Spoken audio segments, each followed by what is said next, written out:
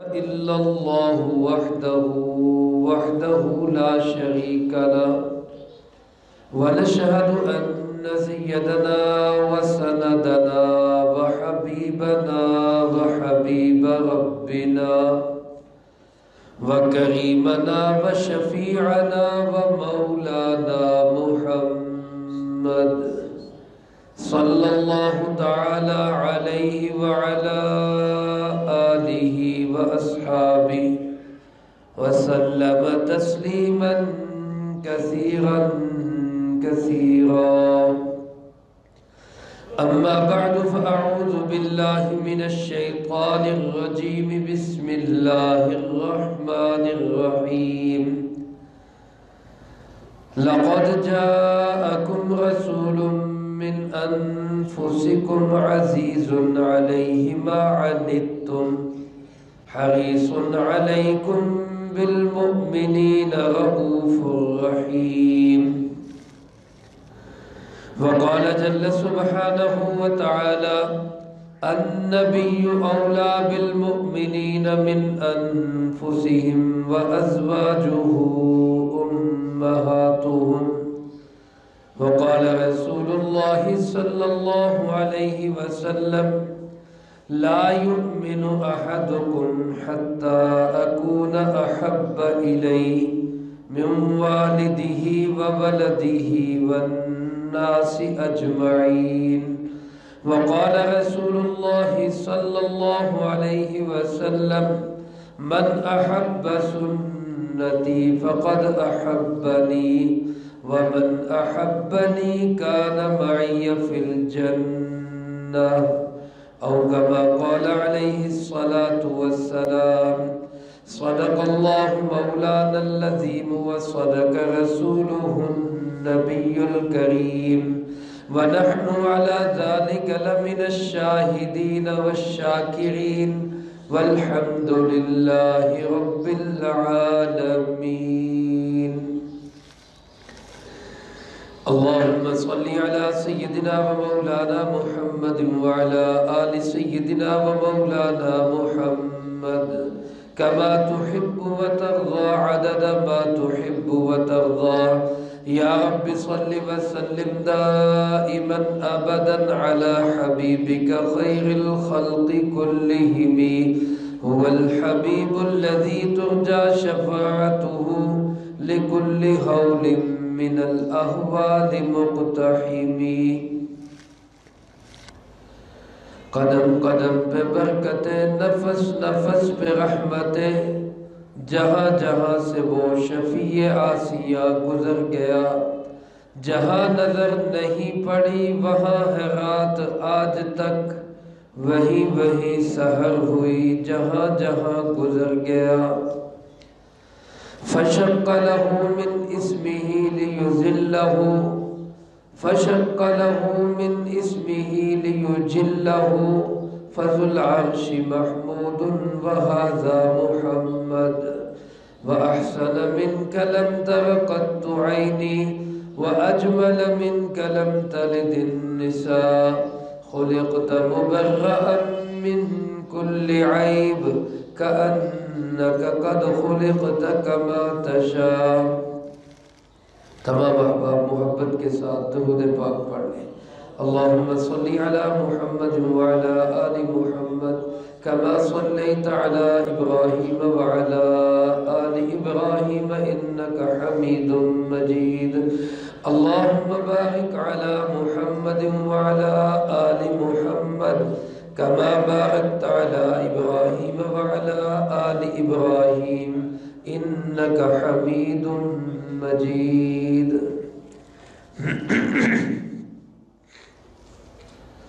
حضرات گرامی قدر، واجب الاحترام معزز بزرگوں، دوستوں اور بھائیوں، پیارے آقا جناب محمد کریم خاتم النبیین صلی اللہ علیہ وآلہ وسلم کی پاکیزہ مبارک سنہری سیرت طیبہ کے حالات و واقعات، جن کا ذکر ماہ ربیع الاول کے آغاز سے سلسلہ وار جمعۃ المبارک کے ہر فرصت میں آپ حضرات کے گوش گزار کیا جا رہا ہے۔ اس دعا کے ساتھ اللہ پاک مجھے، آپ کو، پوری امت مسلمہ کو جناب محمد کریم صلی اللہ علیہ وسلم کی سچی پکی حقیقی محبت نصیب فرمائے، اور آپ علیہ السلام کی ہر سنت میں کامل اتباع اللہ پاک ہم سب کو نصیب فرمائے۔ یہی اصل محبت ہے جناب محمد کریم صلی اللہ علیہ وسلم سے۔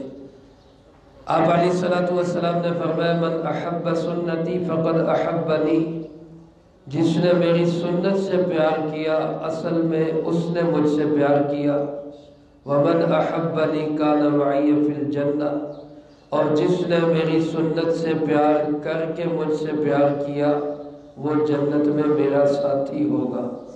اللہ مجھے آپ کو سب کو اپنے محبوب کا ساتھ اور پڑوس نصیب فرمائے۔ واقعات کا ذکر کرتے ہوئے گزشتہ جمعہ آپ حضرات نے اصحاب فیل کے واقعہ تک سیرت کو سنا۔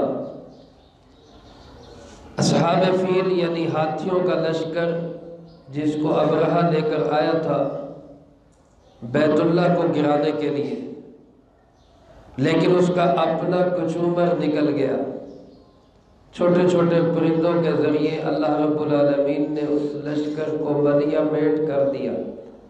خود ابرہہ بھی اپنے یمن میں پہنچتے پہنچتے ٹکڑے ٹکڑے ہو کر جسم اس کا گل سڑ کے ختم ہو گیا، اور پورے عرب پہ گویا یہ بات، یہ دھاک، یہ رعب، یہ دبدبہ اور یہ عظمت اور شان قریش کی، بالخصوص بنو ہاشم کی، اور اس سے بھی خاص جناب محمد کریم صلی اللہ علیہ وسلم کے دادا جناب عبد المطلب کی، اللہ نے پورے عرب پہ پھیلا دی۔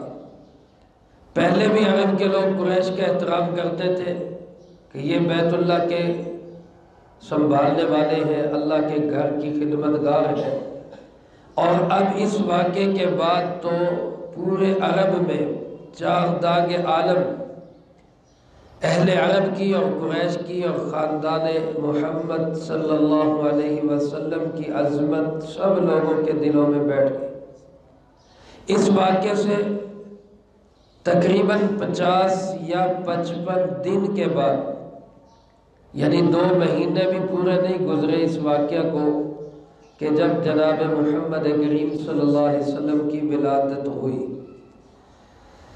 آپ علیہ السلام مکہ مکرمہ میں تھے۔ ابھی قریب زمانے تک حرم سے باہر ایک سفید رنگ کی بلڈنگ ہے، مسجد حرام سے باہر سفید رنگ کی ایک بلڈنگ ہے جس کو لائبریری بنایا گیا ہے، اور اب بھی وہ مکان وہاں موجود ہے۔ یہ وہ لائبریری اور وہ مکان ہے جس مکان کے اندر جناب محمد کریم صلی اللہ علیہ وسلم اس دنیا میں تشریف لائے، آپ کی ولادت ہوئی۔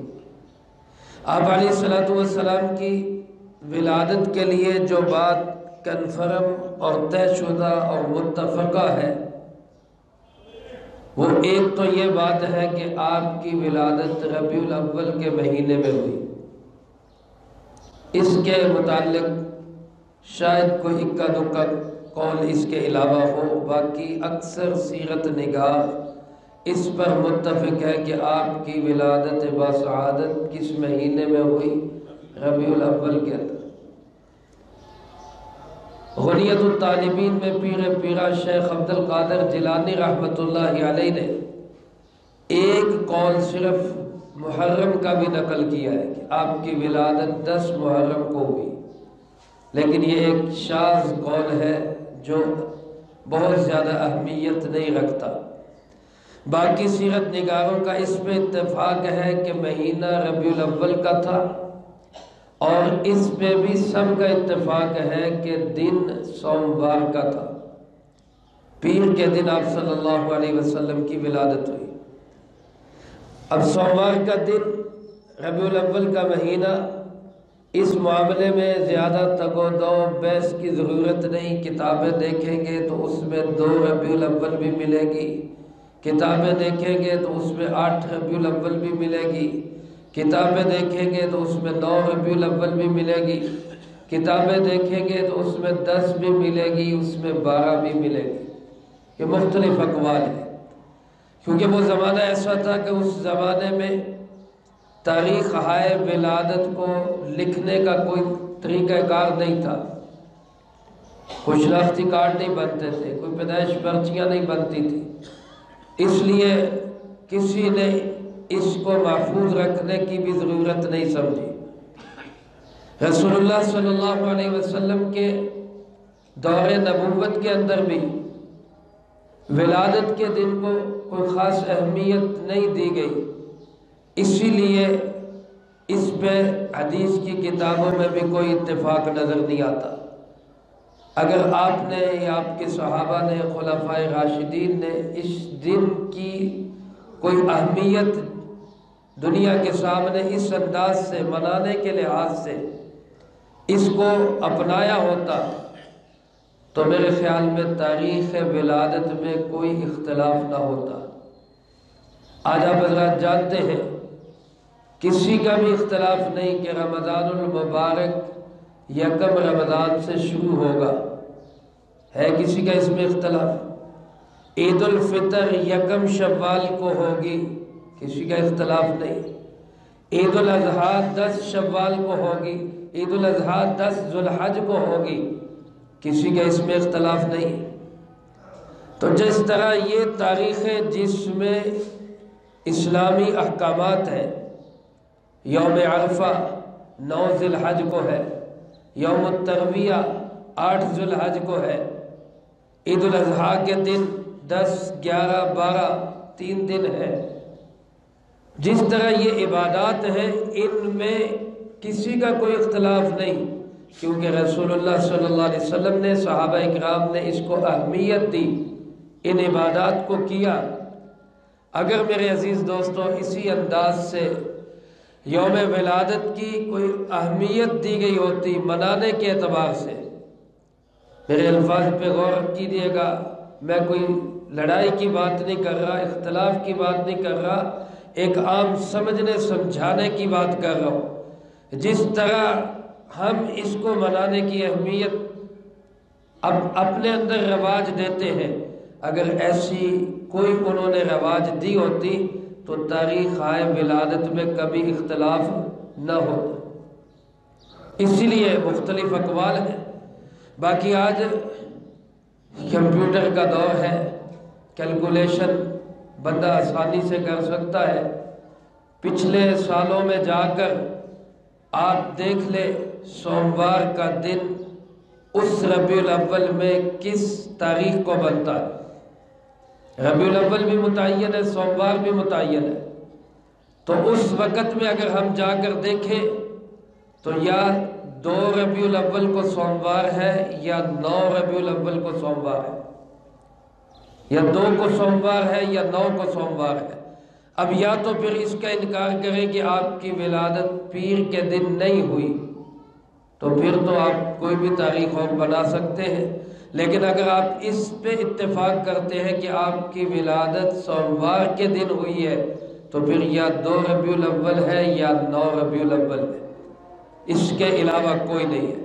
بہرحال یہ ایک تاریخی اختلاف ہے جس کو جھٹلایا نہیں جا سکتا، لیکن اس سے اتنی بات ثابت ہوتی ہے کہ سرکار دو عالم صلی اللہ علیہ وسلم نے، حضرت ابوبکر رضی اللہ تعالیٰ عنہ نے، حضرت عمر رضی اللہ تعالیٰ عنہ نے، حضرت عثمان غنی رضی اللہ تعالیٰ عنہ نے، حضرت علی کرم اللہ وجہہ، اور ان کے بعد حضرت حسن، پھر حضرت معاویہ رضی اللہ تعالیٰ عنہ، ان حضرات نے منانے کے اعتبار سے اس دن کو کوئی اہمیت نہیں دی۔ دوسری بات یہ کہ آپ علیہ السلام جب پیدا ہوئے تو دنیا کے اندر عجیب و غریب حالات برپا ہوئے۔ آپ کی ولادت پہ پوری دنیا میں ایک عجیب و غریب حالات پیدا ہوئے۔ روایات میں آتا ہے آپ کی والدہ کے قریب اس وقت ایک دائیہ تھی فاطمہ رضی اللہ تعالیٰ عنہ. ایک تو آپ صلی اللہ علیہ وسلم کی بیٹی فاطمہ، ایک پہلے کوئی دائیہ تھی فاطمہ اس کا نام تھا. وہ بتاتی کہ جس وقت آپ صلی اللہ علیہ وسلم کی ولادت ہوئی تو ہم نے دیکھا کہ پورا گھر نور سے بھر گیا. حضرت سیدہ آمنہ رضی اللہ تعالیٰ عنہ سلام اللہ علیہا، جناب محمد کریم صلی اللہ علیہ وسلم کی والدہ ماجدہ، وہ خود فرماتی کہ میں نے خواب میں دیکھا کہ میرے جسم سے ایک نور نکلا ہے اور اس نور سے شام کے سارے محلات روشن ہو گئے. حضرت آمنہ رضی اللہ تعالیٰ عنہ کے علاوہ جناب عبد المطلب وہ فرماتے کہ ولادت سے پہلے میں نے خواب میں دیکھا کہ میرے جسم سے ایک زنجیر نکل رہی ہے، سنہری گولڈن زنجیر، اور اس کا ایک سرا تو آسمان کی بلندیوں پہ چلا گیا، ایک سرا زمین کے ساتھ لگ رہا ہے. پھر اس سے 2 زنجیریں اور نکلی، ایک مشرق میں پھیل گئی ایک مغرب میں پھیل گئی.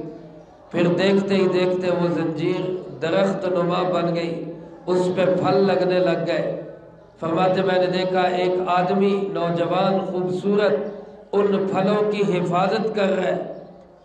تو کسی تعبیر بتانے والے سے پوچھا اس کی تعبیر، تو اس نے کہا تمہاری نسل میں اللہ ایک ایسا بچہ پیدا کرے گا کہ پورا جہان اس کی اطاعت و فرما برداری کرے گا. فرمایا جس وقت آپ کی ولادت ہوئی، جس رات میں آپ کی ولادت ہوئی، اس رات میں کسرا ایران جو اس وقت ایک بڑی قوت اور طاقت سمجھا جاتا تھا، آج امریکہ یا روس کی طرح ایک بڑا ملک سمجھا جاتا تھا، بڑی طاقت سمجھا جاتا تھا، اس کے محل کے 14 کنگرے یا 14 میناریاں تھی اس کے محل کے اوپر، اور بڑا مضبوط محل. لیکن ایسا زلزلہ آیا کہ وہ 14 کے 14 کنگرے اسی وقت زمین پہ گر گئے. ابھی صبح جب وہ اٹھا اس کو پتہ چلا کہ میرے محل کے 14 کنگرے گر گئے. ادھر سے اس کو خبر آئی کہ جناب ہمارا وہ جو آتش کدہ 1400 سال سے روشن تھا، 1400 سال سے جس کی آگ نہیں بجھی تھی، آج کی رات اچانک اس کی آگ بجھ گئی. دریائے صحابہ کا پانی اچانک رات کو خشک ہو گیا. یہ معاملات پوری دنیا میں جو ہو رہے تھے، یہ گویا کہ خبر تھی اس بات کی کہ پورے عالم کا نبی، آخری نبی، امام الانبیاء، سید الانبیاء جناب محمد مصطفیٰ صلی اللہ علیہ وسلم تشریف لا رہے. علماء نے لکھا ہے جس وقت آپ کی ولادت ہوئی جس رات میں، تو مکہ میں ایک یہودی تاجر آیا ہوا تھا. اس تاجر نے کہا کہ پتہ کرو آج کی رات کوئی بچہ پیدا ہوا ہے قریش کے کسی گھر میں، آج کی رات کوئی بچہ کسی گھر میں پیدا ہوا، اور اس کی نشانی یہ ہے کہ وہ رات کو دودھ نہیں پیے گا، وہ رات کے وقت میں دودھ نہیں پیے گا، صبح کو دودھ پیے گا. وہ بچہ پیدا ہوا ہو تو وہ مجھے بتاؤ. تو لوگوں نے پتہ کیا اللہ کی شان، اس رات صرف جناب محمد کریم صلی اللہ علیہ وسلم مکہ میں پیدا ہوا. تو اس کو بتایا گیا کہ یہ بچہ فلاں گھر کے اندر پیدا ہوا ہے. وہ آیا اور اس نے آ کے آپ کو دیکھا، آپ کو پلٹا، تو آپ کے کندھے کے پیچھے یہاں مہر نبوت تھی. تھوڑا سا ٹکڑا گوشت کا ابھرا ہوا تھا کبوتری کے انڈے جتنا، یہ مہر نبوت آپ کے جسم مبارک پہ تھی. اس نے جب اس کو دیکھا تو بے ہوش ہو گیا. لوگ اس کو ہوش میں لائے تو وہ اٹھ کے کہنے لگا ہماری کتابوں کے مطابق وہ آخری نبی آخر الزمان، امام الانبیاء، سید الانبیاء جناب محمد مصطفیٰ صلی اللہ علیہ وسلم جن کی خوشخبریاں ہماری کتابوں میں موجود ہیں، وہ مکے والوں تمہارے پاس آ چکے ہیں. آج نبوت بنی اسرائیل سے نکل کر بنی اسماعیل میں چلی گئی. میرے محترم دوستو، آپ صلی اللہ علیہ وسلم کی والدہ ماجدہ نے آپ کے دادا کو پیغام بھیجا. جناب عبد المطلب تشریف لائے، اپنے پوتے کو اٹھایا، گود میں لیا۔ میں گزشتہ فرصت میں عرض کر چکا ہوں، آپ کے والد محترم جناب عبداللہ سلام اللہ علیہ آپ کی ولادت سے پہلے ہی انتقال کر گئے تھے، تو دادا جان عبد المطلب آپ کو لے کر مکہ مکرمہ وہاں بیت اللہ میں گئے، مسجد حرام میں گئے، بیت اللہ کے قریب لے جا کر آپ کو لٹایا، اللہ پاک سے آپ کے لیے دعا کی، اور پھر 7ویں دن عرب کے بڑے بڑے لوگوں کی دعوت کر کے آپ صلی اللہ علیہ وسلم کا عقیقہ کیا، اور آپ کا نام رکھا محمد صلی اللہ علیہ وسلم۔